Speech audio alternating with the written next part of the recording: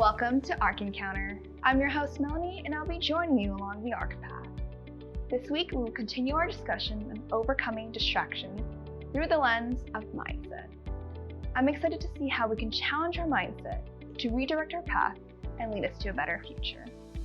Our guide today, Bernard Bashar, will guide us through this journey of mindset, where we will encounter an exceptional VIP.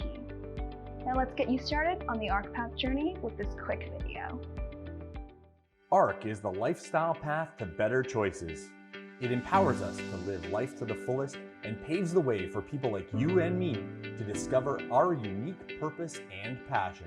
Choosing to walk the AHRK path invites transformation and growth in 5 key areas of life: leadership, communication, mindset, community, and lifestyle. As we dive into these lenses, they redirect our focus and guide us into a deeper understanding of where we're at today and where we're going tomorrow. This is AHRK Encounter. Welcome to the AHRK Path. Hi, my name is Bernard Bashar, and glad you found your way back to the AHRK Encounters. And today we're going to be talking about distractions and how do we avoid distractions and how do we overcome distractions from a lens of mindset. It's such a critical reality because these are patterns that we've lived into. These are patterns that have been a part of our lives that repeat. And that's what the AHRK path is about, is finding those things that keep us from focus, keep us from doing the things that we need to be doing. And mindset is such a critical component of that. So today we have a VIP guest. He's a good friend of mine, and he is, I chose him for this segment because of the challenges that he's had to overcome. He's a doctor. He's a heart doctor. We're talking about the mind, but he's a heart doctor today. And so his journey in overcoming the distractions to become a doctor, a successful doctor, is critical. So help me welcome Dr. Bashar Marji. Yes, I'm glad you're here with us. And today we, Bashar is a cardiologist, and he's had his journey in from medical school to residency to starting his own practice and just really living into that lifestyle of being focused and giving people his focus. And in his journey, the reason that he is a VIP is because when he achieves that, he's unarguable. And what that means is he really knows his values. He knows where really just where his focus is at.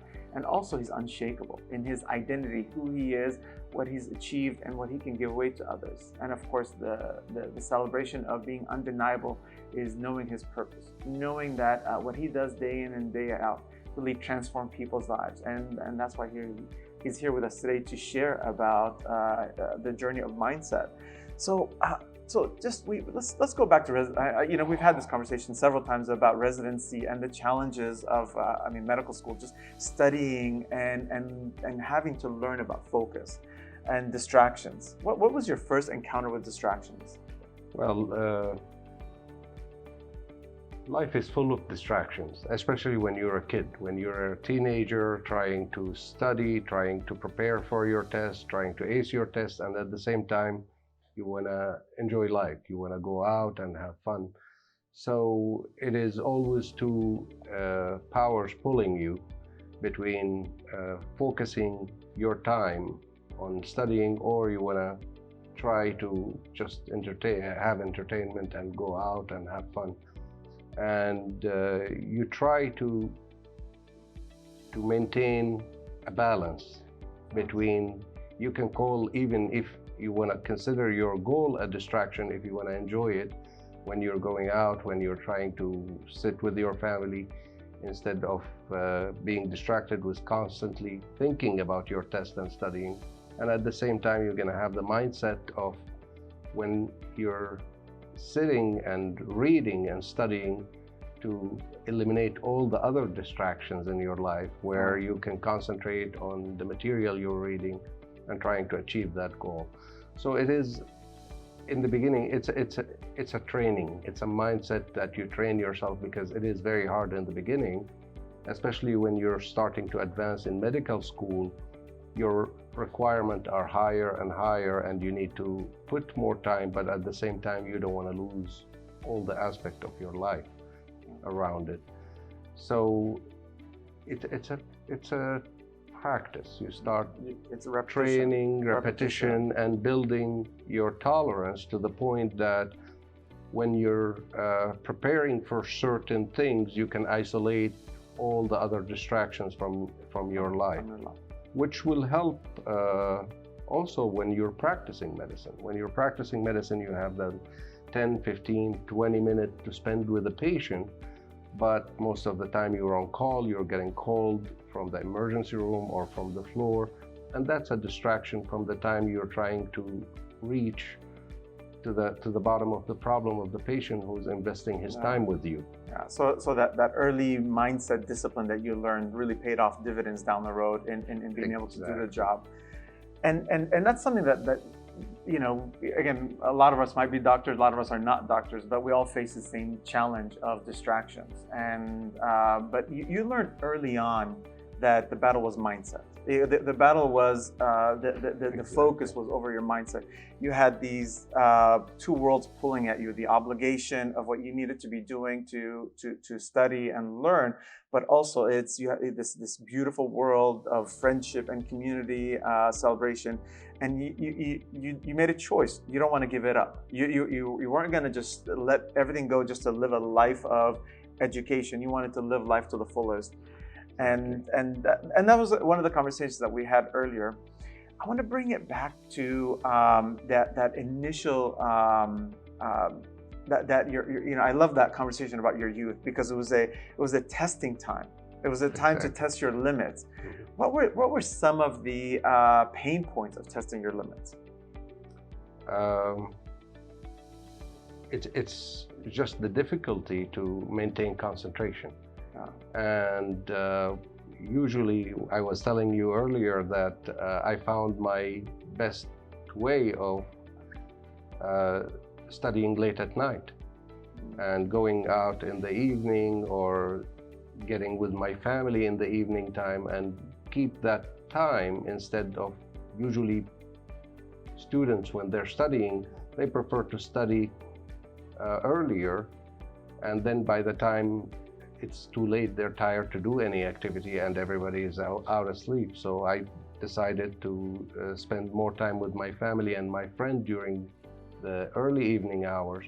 Then I'll sit until as long as I can, and slowly I was able to stay all night up and sleep just early in the morning. Love that. I don't know if you guys picked that up. I mean, this is why he's a VIP. He knows his values. He knows his family values, that even though he needed to study, he still needed to spend time with his family and community. And that identity, he knew who he was in this concept of friendship, and as a son, as a friend, as somebody that's learning. He's anchored in that identity. And of course, the purpose is, well, what's the purpose of life? What was his purpose at that age in studying becomes critical in how he lived it out. He was able to find that way forward of balance between work and study.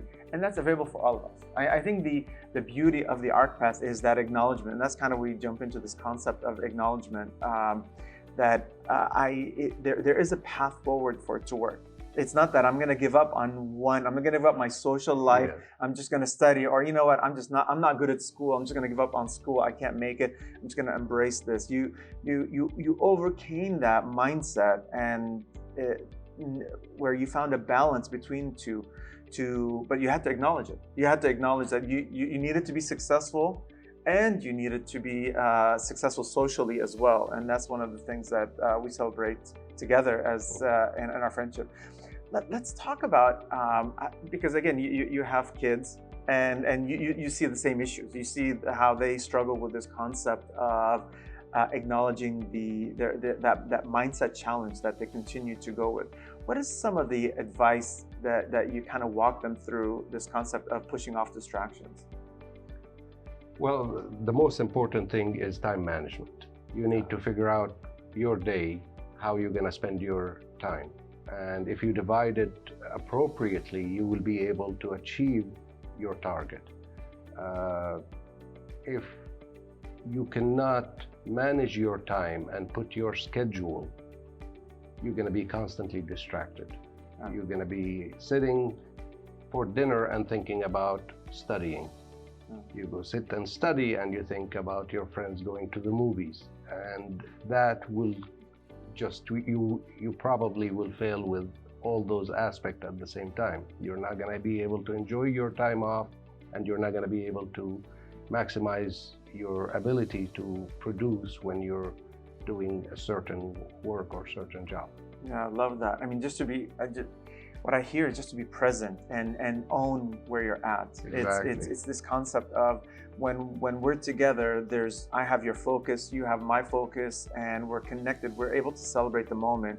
But I know that when you're working, you're focused. Yes. And this is kind of the concept of you've overcome this mindset distraction, knowing that I need to be present, especially, I mean, being a cardiologist, you know, even though you have a short time to diagnose a patient, you got to get it right. Yes. It's literally life. I mean, in your case, it's life or death. Mine, it's a little bit of a different conversation. In his, he has to get it right. But you know, I can't imagine that it's different for any of us. I think if we treated life as if it was life or death, I don't know, that might be a little bit too dramatic, but it's that serious. Look, because at the end of the day, what are we talking about? It's the quality of your life. It's acknowledging that if you know, if I don't get this right, the quality of my life is going to suffer. And I don't know about you, but for me, that is death. That's a slow death. And I'm you know, over dramatizing it a bit, but it is important to walk this journey and find that balance of pushing off those distractions.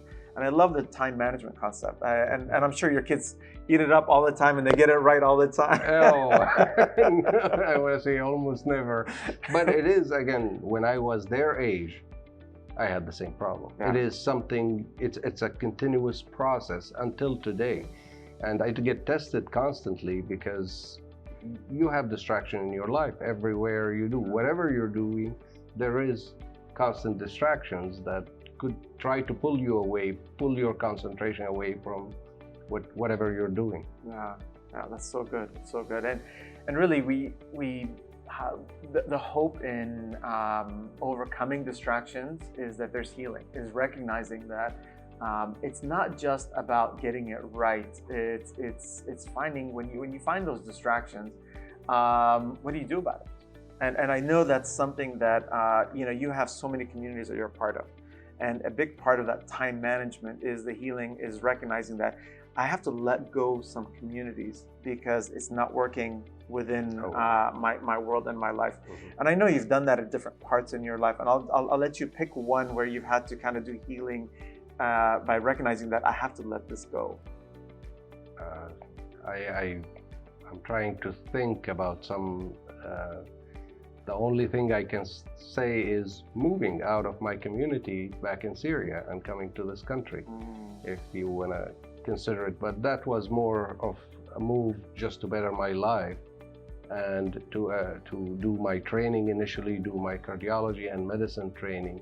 I had to separate myself from my community that I grew up with. And you needed healing for that. I mean, Absolutely. that was a choice of obligation. That was a choice of lifestyle. But it was something that you needed healing from that. And because I know that, I mean, you're a very social guy and you're able to make friends. How was the journey in, especially doing residency and learning all that, finding healing through community in that sense? Well, the thing about training, that's the advantage of being in training or in medical school. You're going in a group of people that have the same problem. That's right. That are facing the same exact problem you have. So they're all leaving their community and coming together, and in a way we were living together in the hospital, constant with the working hours. So that become the community. You still crave the time you spend with your family and your parents, and they're away from you, and you keep contact with them. And slowly, again, you can, if you want to consider it a distraction, if this is the subject, you find certain time where you take time off and go spend it with your family and heal and recover the lost time with them. So that's so good. I mean, finding that common community that that you can go through that healing process with, because it's interesting. It wasn't just healing. It was a new connection. It was helping you get your work done actually. So yes. it was just that training, that mindset of I'm going to find a group that I have something in common with that you found healing through, and I think that's tremendous. I think most of us don't recognize that that's available. I mean, I think I want to say it happens naturally in medical school, but I know a lot of people that it didn't happen for them naturally at medical school. Yes. And so there was something that you were able to recognize and reach for, and I guess that's the hope for our viewer, is that recognizing that there is that community available for you in whatever mindset challenges that you're having right now, whatever distractions that you're going through. It's something that within that lens of community you can find that help to overcome, and it can't be a burden. Just to bring that out, because the way you described it doesn't seem like it was a burden. I know it was a burden to leave your family, but just when you cemented yourself in that in that concept of I'm gonna overcome this and I'm gonna be successful as a student, as a doctor, it didn't seem like a burden.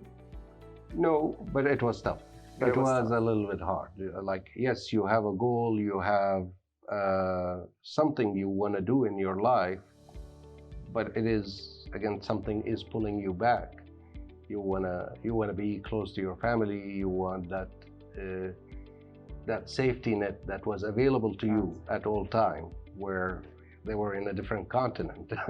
So it was a little bit difficult. It was a burden, but again, there is a goal. You're aiming at that goal and you're trying to achieve a certain thing in your life, so you need to invest your time, part of your life, to achieve that goal. Love that concept of investing, and that's the concept of restoration in the AHRK encounter that we talk about, is that when you invest in yourself, when you invest in your community, there is restoration, and really the restoration is this concept where it becomes where you find that goal, where you start to reach that goal of community, where you start to reach that goal of, in this case, time management and pushing off distractions, so you can be focused. You can be focused on the task at hand and the job at hand. Okay. What was your first memory of a celebration of where you actually kind of found victory in? Was it maybe coming through medical school, or maybe residency after that? Each part of the life has its own celebration. I want to say, elementary school, passing a certain test with a grade A was a major victory.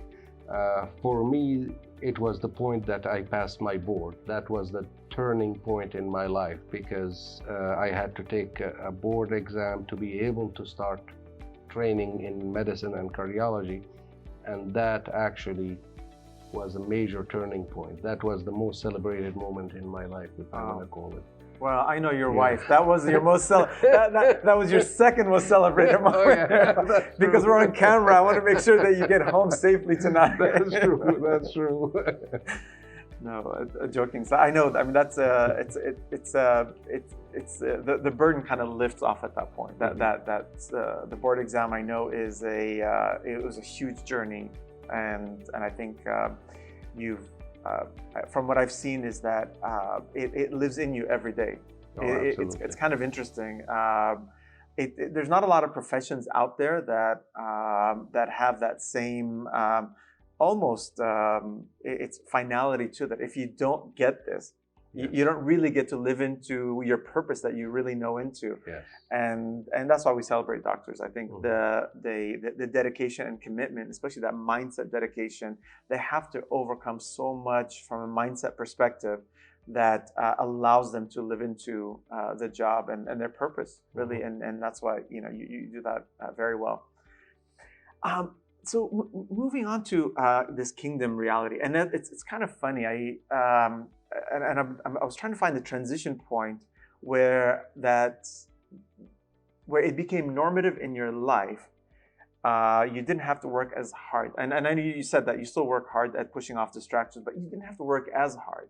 You started recognizing the patterns of life. Oh, yes. And you go, I understand, and I'm going to allow this distraction in my life, but it's almost, you kind of put it in a bubble. You allow it to come in, and then if it gets a little bit too much, you kind of push it out on the side. What was that moment of where you recognized that you found some sort of comfort in that balance of pushing off distractions? It's a process. I wish if I can set a certain moment of it. It's a build-up process, but I want to say the board was the turning point. The board is kind of difficult because you get tested on everything you learned in medical school, not a single, like when you're taking a certain anatomy, let's say. You take a test in anatomy, then physiology, and you take a test in physiology. At the board, you get tested on everything you learned in medical school in one day. Wow. So beyond that point, you realize that you can achieve it. You figured out the formula for it. Yeah. So if I want to say that was a turning point. So at that point, all what you need is to have your goal. Once you realize what the goal is, you can eliminate distraction and achieve your goals. And all the other distractions in life that are coming toward you, if you want to call them distraction, you can manage them easily. It doesn't take too much work. Like you mentioned, you know exactly how to handle it once you pass that turning point in your life. It's still a struggle when you're trying to do. So the distraction initially was for me having to live life and enjoy life and having social activity versus reading and studying. But now, in addition to that, you add the work needs. And yes, you're doing the same thing. You're working, and as a physician, you get called constantly when you're on call, a patient or hospital call you, and that require your full attention. But that could come at any time, no matter what you're doing. If you're having a social gathering or you are reading for another board or another test you have to take, and you have to give it your undivided attention. That one phone call has to take you out of whatever trends you're in. So it's a focus. It just you can turn your focus to your purpose, which is that medical issue that's really at hand. Yes. And then really all of your training kind of led into that and out of that. But I want to bring it back to one second, because I thought it was interesting, that transition point where you felt that it was normative in your life. Do you think that it was the confidence of overcoming the boards? Because that's the word that kept coming to me, is cemented your mindset that you could overcome any distraction. You're right. You're absolutely right. It gives you that confidence. Once you did it, you feel that, okay, that was the toughest thing, and I can overcome any other problem. Yeah. Well, and I want to give that away to our viewer. I think recognizing that you don't need to wait to be tested. I think we're tested every day. I think is starting from this point of having confidence in knowing what your purpose is. Again, as a cardiologist, Bashar knew early on what he wanted to do, and he knew that. And as you know your purpose today, you need to just reflect into that confidence. That's confidence knowing, I know who I am, I know what I'm designed to do, I know what I want to do, and pursuing that. And that's kind of what we do at the AHRK Path, is finding that place of community that helps us along, and that's kind of where we strengthen our confidence day in and day out. So I've learned a lot today, and I'm so grateful my parents did not send me to medical school. I would have been a terrible doctor because I like to play more than I like to study. Different conversation for a different day. But thank you for joining us, and thank you, Bashar, for being here with us today. Thank you for inviting me. Yeah, thank you. That was fascinating to hear how mindset begins as a form of training and repetition to build our tolerance in order to isolate distractions. And if you like what you heard today, you can check out our website at www.arcpath.com. Follow us on social media at ARCpath, and we even have a podcast featuring the talented Bernard Bashir and Casey Cox. You can check out and download our app Circles Now for course packages launching soon. Thank you for tuning into ARC Encounter, and we'll see you on the next one.